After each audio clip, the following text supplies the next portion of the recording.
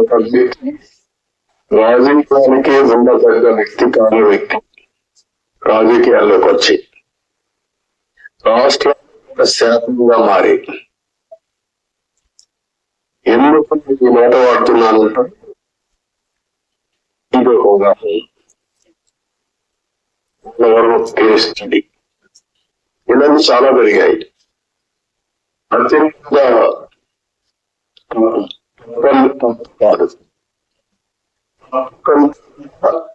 శాతంగా మార్చేశారు రాష్ట్రానికి.